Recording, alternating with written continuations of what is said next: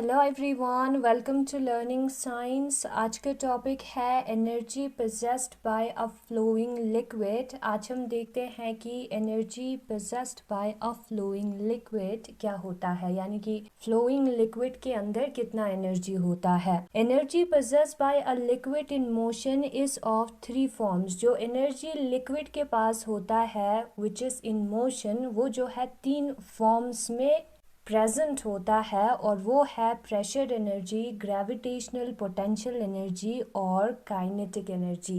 तो सबसे पहले हम देखेंगे कि प्रेशर एनर्जी क्या होता है, ग्रेविटेशनल पोटेंशियल एनर्जी क्या होता है और काइनेटिक एनर्जी क्या होता है। Work and energy are two very commonly use terms which are very closely related. Work और एनर्जी जो है दो कॉमनली यूज टर्म्स है जो कि एक दूसरे के साथ रिलेटेड होता है। The ability to do work is known as energy. जो काम करने का एबिलिटी होता है उसी को हम एनर्जी कहते हैं। We require energy to cook food. Food बनाने के लिए हमें एनर्जी चाहिए। To go to school. School जाने के लिए भी हमें एनर्जी चाहिए। Do homework. होमवर्क करने के लिए भी एनर्जी चाहिए। And various other activities. An object can do work equivalent to the energy it possesses। और ऑब्जेक्ट उतना ही काम कर पाएगा जितना उसका एनर्जी होगा। So energy and work are analogous. तो एनर्जी और वर्क जो है वो एनालोगस हो गया, एनालॉजी है, ठीक है, सिमिलर है।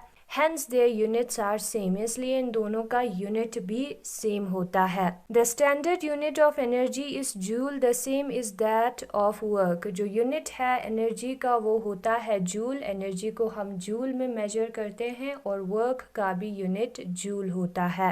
Energy is all around us and exist in different forms in nature. Energy जो है हमारे चारों तरफ प्रेजेंट है, अलग अलग फॉर्म्स में प्रेजेंट है, अलग अलग वेज में, शेप में, फॉर्म में प्रेजेंट है, ठीक है। Let us study them in detail. उसे हम डिटेल में स्टडी करते हैं। सबसे पहले दिया है mechanical energy. Energy possessed by a body due to its position or state of motion is called mechanical energy। Energy किसी बॉडी में उसकी पोजीशन के वजह से हो, वो किसी लोकेशन पर, किसी पॉइंट पर प्रेजेंट है उसकी वजह से हो, या वो मोशन में है उसके वजह से हो, वो मूव कर रहा है उसकी वजह से हो, उसको हम कहते हैं mechanical energy. When we hammer a nail into wood, जब हम एक नेल पर हैमर लगाते हैं वुड के अंदर, the moving hammer has mechanical energy. तो ये जो मूविंग हैमर है उसके अंदर मैकेनिकल एनर्जी होता है। This energy is capable of driving the nail into would. और यही एनर्जी जो है नेल को वुड के अंदर डालता है। In other words the hammer can do work. अगर हम दूसरे वर्ड्स में कहे तो ये हैमर जो है वो काम कर सकता है। Mechanical energy is found in two forms, kinetic energy and potential energy. Mechanical energy जो है वो हमें दो फॉर्म्स में नजर आता है। एक है काइनेटिक एनर्जी और दूसरा है potential energy. Kinetic energy, a moving cricket ball can do work in pushing back the stumps. Kinetic energy का एग्जाम्पल है एक मूविंग क्रिकेट बॉल जो कि क्या कर सकता है, जो कि स्टम्प्स को गिरा सकता है, वो वर्क वो कर सकता है। Moving water can do work in turning a turbine for generating electricity. और उसी तरीके से जब पानी मूव होता है इसकी वजह से हमें इलेक्ट्रिसिटी मिलता है। And moving wind can do work in turning the blades of wind mill. और उसी तरीके से जो मूविंग विंड है वो जो है, जो विंड मिल होता है उसके ब्लेड्स को मूव करने में हेल्प करता है। दस a moving body is capable of doing work. तो मूविंग बॉडी जो है वो काम कर सकता है। And hence possesses energy. काम कर सकता है उसका मतलब है कि उसके अंदर एनर्जी है। The energy of a body due to its motion is called kinetic energy. तो उसी एनर्जी को बॉडी का जो कि उसके मोशन की वजह से, उसके मूवमेंट की वजह से है, उसको हम कहते हैं kinetic energy. Factors determining kinetic energy. तो यहाँ पर हम देखते हैं कि वो कौन से फैक्टर्स है जो कि काइनेटिक एनर्जी को डिटरमाइन करता है। The kinetic energy of a body depends on its mass and the speed with which it is moving। जो काइनेटिक एनर्जी होता है किसी बॉडी का वो उसके मास पर डिपेंड होता है और उस स्पीड पर डिपेंड होता है जिसके साथ वो मूव कर रहा है। The relation for kinetic energy is given as, तो जो रिलेशन होता है काइनेटिक एनर्जी का वो यहाँ पर दिया है। काइनेटिक एनर्जी जो है वो हाफ mv² के बराबर होता है, जहाँ पर के ई काइनेटिक एनर्जी है बॉडी का, m जो है वो मास है बॉडी का और v जो है स्पीड या वेलोसिटी, दोनों सेम है जब हम डायरेक्शन को कंसिडर नहीं कर रहे हो बॉडी का, वो रिप्रेजेंट करता है। Kinetic energy is directly proportional to the square of velocity, और इस रिलेशन से हमें ये पता चलता है कि जो काइनेटिक एनर्जी है वो वेलोसिटी के स्क्वायर से डायरेक्टली प्रोपोर्शनल है उस ऑब्जेक्ट के, and is also directly proportional to its mass, और उसके मास से भी डायरेक्टली प्रोपोर्शनल है। यानी कि जब मास और वेलोसिटी इंक्रीज होगा तब काइनेटिक एनर्जी भी इंक्रीज होगा। Kinetic energy has only magnitude and no direction, so it is a scalar quantity। Kinetic energy का सिर्फ मैग्नीट्यूड होता है, उसका कोई डायरेक्शन नहीं होता, इसलिए वो एक स्केलर क्वांटिटी है। The standard unit of kinetic energy is joule. जो स्टैंडर्ड यूनिट है काइनेटिक एनर्जी का वो जूल होता है। फिर उसके बाद दिया है potential energy. The energy possessed by an object due to its position is called potential energy। Potential energy जो है ऑब्जेक्ट का एनर्जी है उसकी पोजीशन की वजह से, P for potential, P for position. There are different types of potential energies. Potential energy जो है वो अलग अलग टाइप्स का होता है। We will discuss about gravitational potential energy here. पहले हम ग्रेविटेशनल पोटेंशियल एनर्जी के बारे में पढ़ेंगे। यहाँ पर gravitational potential energy, the energy acquired by body when it is raised at some height from the ground level, it is known as gravitational potential energy। जब किसी बॉडी के अंदर एनर्जी आता है क्योंकि उसको हमने ज़मीन से ऊपर उठाया है, उस वजह से उसको हम कहते हैं gravitational potential energy. This energy is stored in body due to work done on it when it is raised against the gravitational force. और इस बॉडी के अंदर ये एनर्जी इसलिए आता है क्योंकि हम इस बॉडी पर वर्क करते हैं, काम करते हैं ग्रेविटेशनल फोर्स के अगेंस्ट, ग्रेविटेशनल फोर्स के खिलाफ जाके हम उसको ऊपर उठाते हैं। तो डेफिनेटली हमने उस पे वर्क किया, उस वजह से ये एनर्जी हमें मिलता है। The gravitational potential energy depends on the mass of the body. जो ग्रेविटेशनल पोटेंशियल एनर्जी है वो बॉडी के मास पर डिपेंड होता है, and the height to which it has been lifted, और उस हाइट पर भी डिपेंड होता है जहां पर उसको हमने लिफ्ट किया है, यानी कि जो अर्थ है उससे हमने कितना ऊंचा रखा है उस हाइट पर भी डिपेंड होता है। ग्रेटर द मास और height of an object, more the potential energy it will have. जितना ऑब्जेक्ट का हाइट ज्यादा होगा, मास ज्यादा होगा, उतना उसका पोटेंशियल एनर्जी ज्यादा होगा। Gravitational potential energy of a body, जिसको हम GPE से डिनोट करेंगे, वो बराबर होता है mgh से, जहां पर m जो है वो मास है बॉडी का, g जो है वो एक्सेलरेशन ड्यू टू ग्रेविटी है, और h जो है वो हाइट है बॉडी का।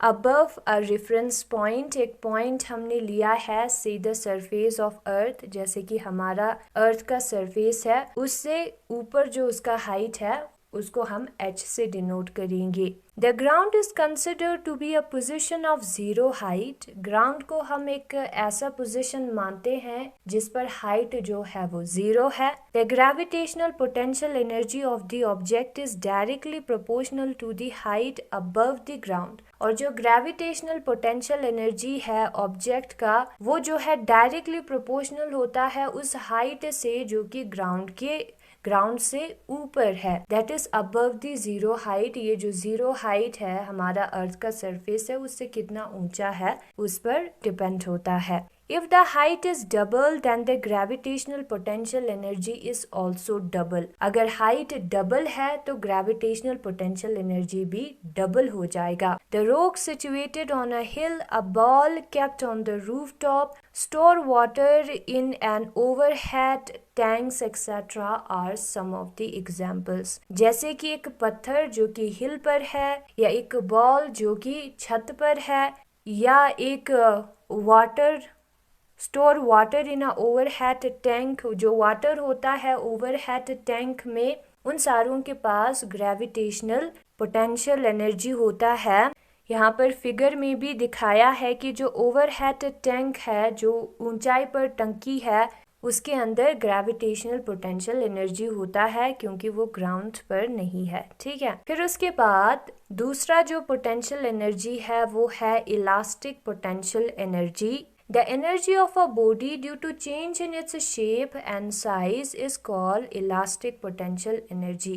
किसी बॉडी के शेप में चेंज होने की वजह से या साइज में चेंज होने की वजह से जो एनर्जी उसमें आता है उसी को हम कहते हैं elastic potential energy. Elastic potential energy is associated with a state of compression और extension of an object. Elastic potential energy किससे रिलेटेड है? कंप्रेशन और एक्सटेंशन से रिलेटेड है. जब हम किसी चीज को कंप्रेस या एक्सटेंड करेंगे तब हमें नजर आता है. For example, the energy possessed by a compressed spring or an extended spring, stretch spring is the elastic potential energy. जैसे कि अगर हम एक स्प्रिंग को कंप्रेस करते हैं तो उसके अंदर एनर्जी आता है, और उसी तरीके से उसी स्प्रिंग को अगर हम स्ट्रेच करेंगे तो उसके अंदर एनर्जी आएगा. उसी एनर्जी को हम कहते हैं elastic potential energy. The gravitational potential energy as well as elastic potential energy are commonly known as just potential energy. तो ग्रेविटेशनल पोटेंशियल एनर्जी हो या इलास्टिक पोटेंशियल एनर्जी हो, दोनों को कॉमनली हम पोटेंशियल एनर्जी कहते हैं. जब हम एक स्प्रिंग को यहाँ पर फिगर में दिखाया है, क्या करते हैं, कंप्रेस करते हैं, तो क्या होता है, उसके अंदर एनर्जी स्टोर होता है. एंड जब हम हैंड को रिमूव करेंगे, कंप्रेशन को रिमूव करेंगे, तो वो अपने ओरिजिनल शेप में आता है. ठीक है. और वो जो है इलास्टिक पोटेंशियल एनर्जी के वजह से है. तो ये दो टाइप ऑफ एनर्जीज हुआ. तीसरा टाइप ऑफ एनर्जी आता है लिक्विड कॉलम प्रेशर एक्सर्ट करता है. कॉलम मीन्स एक लंबा सा पाइप हम कह सकते हैं. ठीक है. एक सिलेंडर हम कह सकते हैं. जो सिलेंड्रिकल शेप होता है उसको हम कॉलम कहते हैं. ठीक है. वो जो है प्रेशर एक्सर्ट करता है, वो प्रेशर जो है वो HdG के बराबर होता है. और यहाँ पर प्रूव करके दिखाया है कि वो कैसे आता है HdG के. हमें एक लिक्विड कंसिडर करना है जिसका डेंसिटी है D, जो नीचे वाला पोर्शन है उसका एरिया है A, और उसका हाइट जो है वो h है. Total thrust acting on the surface Lm. ये जो सरफेस Lm है उस पे जो टोटल फोर्स एक्ट करेगा, force and thrust are the same, वो जो है weight of the liquid column Lm L dash M dash. ये जो पूरा लिक्विड कॉलम है जो कि यहाँ पर दिखाया है उसके वेट के बराबर होगा. That is thrust exerted on Lm. ये जो पोर्शन है Lm, उस पे जो थ्रस्ट लगेगा वो इक्वल होगा weight of liquid column L dash M dash Lm के, which is equal to weight जो है वो किस चीज के बराबर होता है, वेट जो है वो volume into density into acceleration due to gravity के बराबर होता है. वेट जो है वो मास इनटू ग्रेविटी के बराबर होता है. हमें पता है वेट का फॉर्मूला है mg. m जो मास है वो वॉल्यूम इनटू डेंसिटी के बराबर होता है, तो क्या होगा, volume into density into g के बराबर होगा. Now volume of liquid column L dash M dash Lm. ये जो लिक्विड कॉलम है L dash M dash Lm, उसका वॉल्यूम कितना होगा, उसका जो क्रॉस सेक्शनल एरिया A है इनटू हाइट के बराबर होगा. ठीक है. डेंसिटी यहाँ पर D है, D लिखेंगे, और G, तो कितना हुआ AHdG के. नाउ हमें निकालना है प्रेशर. ये जो पोर्शन है वो कितना प्रेशर एक्सर्ट करता है. प्रेशर जो है वो फोर्स अपॉन एरिया के बराबर होता है.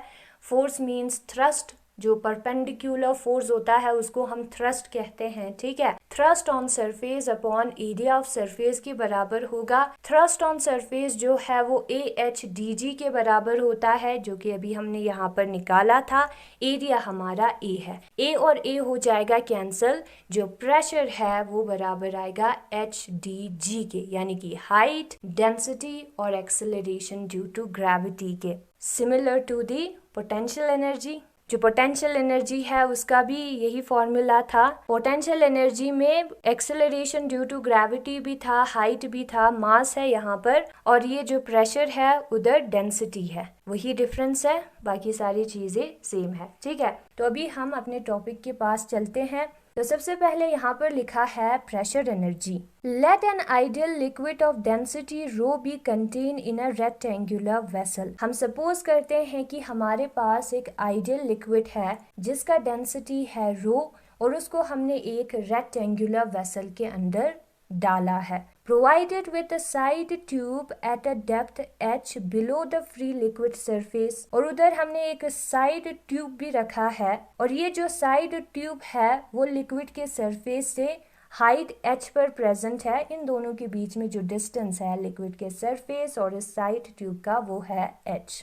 At this level liquid pressure, तो जो लिक्विड प्रेशर एक्सर्ट करेगा, ये वाला जो पोर्शन है वो जो प्रेशर एक्सर्ट करेगा वो बराबर होगा h रो जी के। अभी हमने देखा था। If we want to introduce more liquid into the vessel at this very pressure, इसी प्रेशर पे अगर हमें ज्यादा लिक्विड इस वेसल के अंदर लाना है तो हमें क्या करना होगा? We can do it by forcing it through the side pipe fitted with a piston. कैसे कर सकते हैं? जो पाइप है साइड पर, उस पे जो पिस्टन है उसको फोर्स करके, ठीक है, उसको पुश करके, उसको फोर्स करके हम इस जो कंटेनर है उसके अंदर लिक्विड को इंक्रीज कर सकते हैं। For this work has to be done in forcing piston inwards. इसके लिए तो हमें वर्क करना होगा इस पिस्टन को अंदर की तरफ डालने के लिए। If A be the area of cross section of the piston, अगर ए जो है वो एरिया है cross section of the piston का, then the force acting on the piston, तो इस पिस्टन पे जो फोर्स लगेगा वो होगा PA के, जहाँ पर P जो है वो प्रेशर है और A एरिया है। प्रेशर फोर्स अपॉन एरिया के बराबर होता है, तो फोर्स जो है वो प्रेशर इनटू एरिया के बराबर होगा। And work done in moving the piston through a distance x, और जो वर्क डन होगा इस पिस्टन को डिस्टेंस x तक मूव करने के लिए वो होगा फोर्स जो कि PA के बराबर है इनटू डिस्टेंस जो कि x है। तो वर्क डन है PAX। As a result of the motion of the piston, इस पिस्टन के मोशन की वजह से the mass of the liquid force into the vessel, जो लिक्विड जो कि इस वेसल के अंदर हमने फोर्स कर दिया, उसका मास कितना होगा? उसका मास होगा डेंसिटी इनटू वॉल्यूम के। मास का फॉर्मूला होता है डेंसिटी इनटू वॉल्यूम। तो यहाँ पर लिक्विड का डेंसिटी है रो, और वॉल्यूम कितना होगा? Area of cross section into x जो है उसका, इस लिक्विड का जिसको हमने अंदर पुश किया है उसका वॉल्यूम होगा। This work done is store up in the liquid in the form of pressure energy, और ये जो वर्क डन हुआ है वो प्रेशर एनर्जी के फॉर्म में स्टोर होगा इस लिक्विड में। Because it is capable of doing some work in pushing the piston back and while escaping from the tank.